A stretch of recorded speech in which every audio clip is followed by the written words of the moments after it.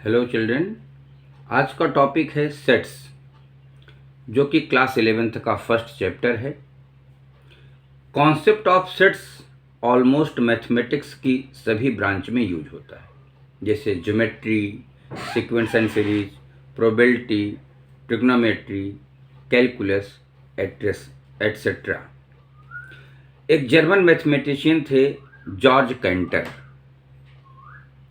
जिन्होंने सबसे पहले सेट थ्योरी को इंट्रोड्यूस किया और सेट थ्योरी को डेवलप किया। उनका कार्यकाल था 1845 से 1918 तक। आप यहाँ पर आपकी बुक में ये लिखा है, इसको भी आप देख सकते हैं और इनकी पिक्चर को पहचान भी सकते हैं। ये हैं जॉर्ज कैंटर, ये जर्मन मैथमेटिशियन थे। इन्होंने सेट को डिफाइंड किया कुछ इस तरीके से कि a set is a well defined collection of object. क्या कहा कि a set is a well defined collection of object. अब प्रश्न ये उठता है कि कलेक्शन ऑफ ऑब्जेक्ट तो समझ में आता है, लेकिन collection of well defined object का क्या मतलब है। तो पहले हम इसकी डेफिनेशन लिखते हैं, फिर आपको बताते हैं।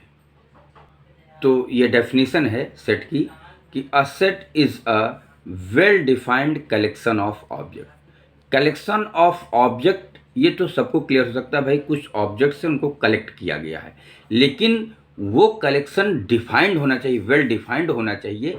इसी को हमको समझना है इस चैप्टर में कि कौन से कलेक्शन को हम लोग डिफाइंड बोलेंगे और कौन से कलेक्शन को हम डिफाइंड नहीं है इसको बोलेंगे। अगर ये क्लियर हो जाएगा तो कॉन्सेप्ट ऑफ सेट्स एकदम क्लियर हो जाएगा। तो चलिए स्टूडेंट्स, दो एग्जाम्पल हम लेते हैं। चिल्ड्रन, यहाँ पर मैंने दो एग्जाम्पल लिखा है। पहला एग्जाम्पल है collection of smart students of your school और दूसरा एग्जाम्पल है collection of students of your school. ये दोनों देखने में सुनने में एक जैसे लग रहे हैं, लेकिन इसमें हमको समझना है कि कौन सा कलेक्शन हमारा डिफाइंड है और कौन सा कलेक्शन हमारा डिफाइंड नहीं है। जो कलेक्शन डिफाइंड होगा वो सेट होगा और जो कलेक्शन डिफाइंड नहीं होगा वो सेट नहीं होगा। अब यही चीज़ हमको यहाँ पर क्लियर करनी है, ध्यान से सुनिएगा।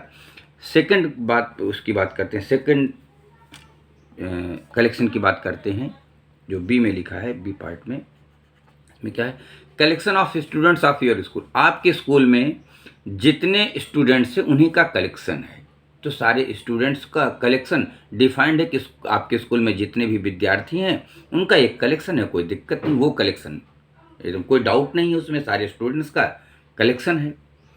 डाउट यहाँ पर है कि collection of smart students of your, आपके स्कूल के स्मार्ट स्टूडेंट्स का collection.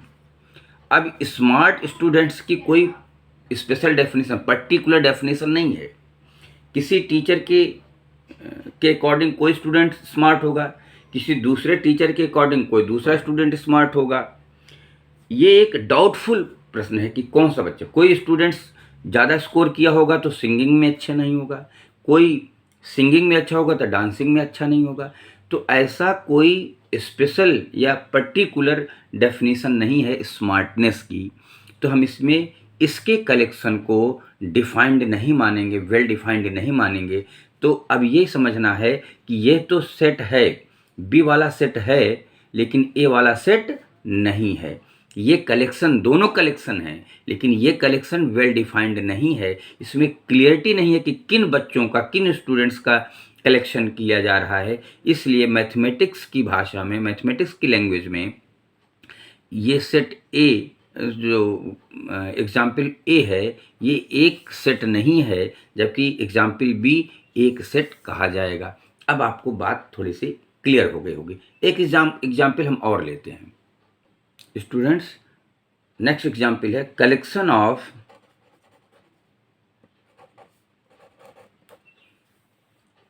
Most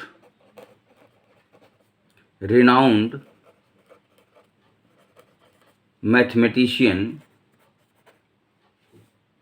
collection of most renowned mathematician of the world। Of the word. तो स्टूडेंट्स यहाँ पर हमने दो कलेक्शन लिख दिए हैं। फर्स्ट है collection of most renowned mathematician of the world, और सेकंड है collection of mathematician of the world.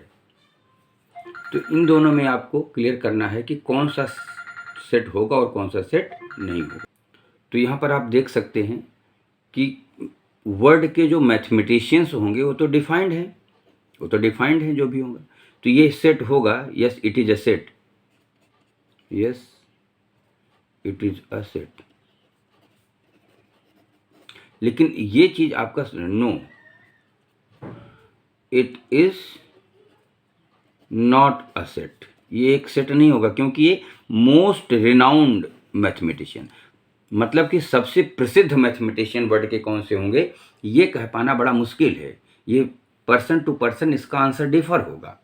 किसी के लिए कोई मैथमेटिशियन ज़्यादा प्रसिद्ध माना जाएगा, किसी के लिए कोई दूसरा माना जाएगा। तो ये इसका मतलब क्या हुआ फाइनली कि ये मेरा एक सेट नहीं है, जबकि ये हमारा एक, इस कलेक्शन को हम एक सेट कहेंगे। ये सेट नहीं है, लेकिन ये कलेक्शन सेट है। इसी तरीके से एग्जाम्पल और लिख लेते हैं। एग्जाम्पल 3 में देखते हैं, a collection of natural numbers less than 5 defined है। कौन कौन से नंबर हैं, 1 है, 2 है, 3 है और 4 है, ये नंबर। तब ये एक सेट होगा, yes it is a set. यहाँ है collection of most dangerous animals of the world, संसार के सबसे खतरनाक जानवरों का कलेक्शन। भाई सबसे खतरनाक हम किसको माने, लायन है, कहीं टाइगर है, कहीं एलिफेंट है। इस तरीके से कोई इस पर्टिकुलर डेफिनेशन नहीं है कि यही डेंजरस एनिमल्स होते हैं। तो इसलिए हमारा ये कलेक्शन सेट नहीं कहा जाएगा मैथमेटिक्स की लैंग्वेज में, सॉरी ये सेकंड वाला। लेकिन ये collection of natural numbers less than 5 तो एक सेट होगा, तो डिफाइंड है कि 1 2 3 4 ये नंबर्स होंगे।